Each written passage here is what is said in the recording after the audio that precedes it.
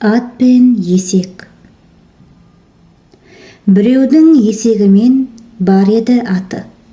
Апарар бір қалаға болды заты. Атымен есегіне артып алып, аяңдап жолға түсіп келе жатты. Жүк ауыр, есек сасып алақтады. Иесі демалуға қаратпады. Әл кетіп жығыларға таяғанда, жалынып атқа есек сөз айтады. Ат достым, жүгім ауыр, халім бітті. Емеспін жүре алатын, енді тіпті. Зорығып жолда өліп қалатынмын, алмасаң ауыстырып біраз жүкті. Ат оған ешбір жауап қайтармайды. Ауырлап жүгін есек қайқаңдайды.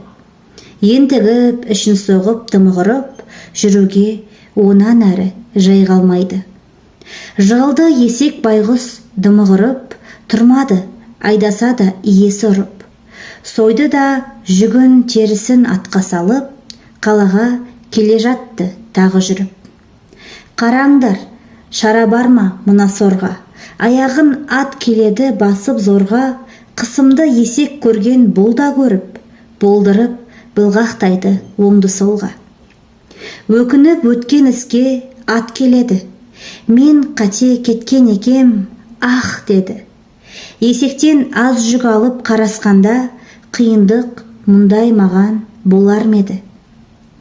Бұл сөзден қандай ғибрат алмақ керек? Мысалы, еткен қайыр бір бәйтерек. Қайырың біреуге еткен болып терек, көрерсің рақатын көлеңкелеп. Қайырдың ең абзалы бұл дүниеде, біреуге қысылғанда жәрдем бермек. Кейбіреу зор бейнетке тап болады, кей уақыт аз бейнеттен қашамын деп.